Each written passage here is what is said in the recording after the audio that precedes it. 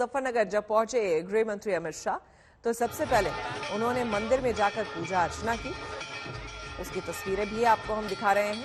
देखिए, भारी भीड़ के बीच अमित शाह मुजफ्फरनगर में पूजा अर्चना करते हुए मंदिर में, और दूसरी तस्वीर यहां से निकलने के बाद घर घर पर्चा बांटते हुए, लोगों से मुलाकात करते हुए और लोगों को पर्चा बांटते हुए।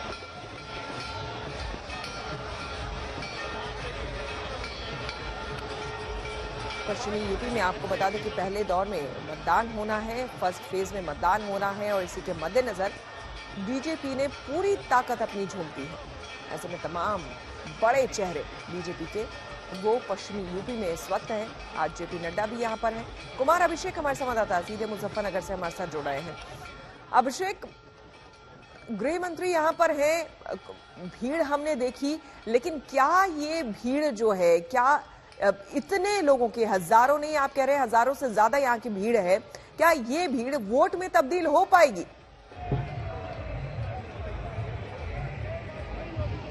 देखिए, जिस जगह पर अमित शाह मौजूद हैं, शहर है ये मुजफ्फरनगर का, यहाँ से बीजेपी जीतती रही है, उसका गढ़ है। लेकिन मुजफ्फरनगर के आसपास के चारों तरफ जो इलाके हैं, जो गांव के इलाके हैं, कहा जाता है वहां जाटों का जोर ज्यादा है। लेकिन आज अमित शाह ने जो मीटिंग की है 2014, 2017 और 2019, उन्होंने 2014 के दंगों की भी याद दिलाई है। उन्होंने अखिलेश यादव को चुनौती भी दी है। बहुत सारी ऐसी बातें कही। उन्होंने कहा है कि 22 का जो चुनाव है, जब यहाँ पे पहले फेज का चुनाव होगा तो आपको लाइन लगाकर वोट करना होगा, क्योंकि दूसरे तरफ जो है उस तरफ भी बहुत बड़ी लाइन लगेगी। कुल मिलाकर अमित शाह ने आज जो लोगों को संबोधन किया है उसमें अपना एजेंडा बिल्कुल साफ रख दिया है, और वो एजेंडा है उनका लॉ एंड ऑर्डर का, कि किस तरीके से 2014 के बाद, 2017 के बाद से स्थितियां बदली हैं, किस तरीके से दंगे के बाद की स्थितियां बदली हैं। तो कुल मिलाकर इस वक्त जो मुजफ्फरनगर की स्थिति है, अभी भी अमित शाह मौजूद हैं, अपने कार्यकर्ता के घर खाना खाने गए हैं और उसके बाद फिर रोड शो के जरिए यहां से निकलेंगे। जितनी भीड़ आपको दिखाई दे रही है, पूरा शहर इस वक्त जो मुजफ्फरनगर का है ये यहाँ उमड़ा पड़ा है।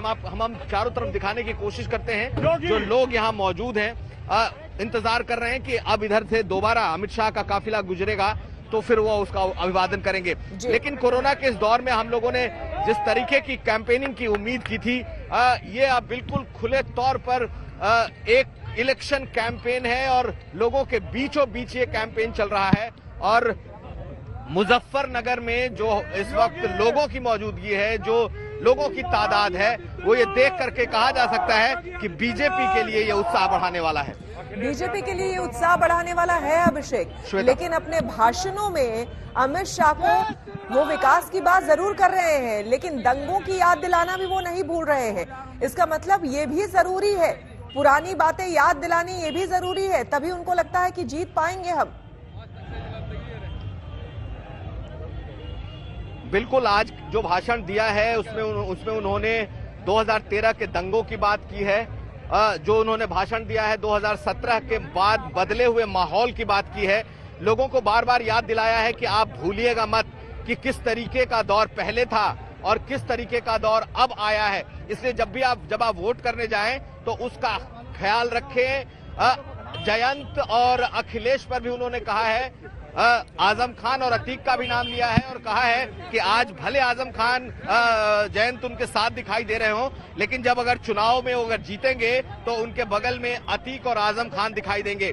दंगों पर बात करते हुए उन्होंने ये कहा कि जिस तरीके से फर्जी दंगों के जो केस हुए थे उस पर संजीव बालियान ने लड़ाई लड़ी है।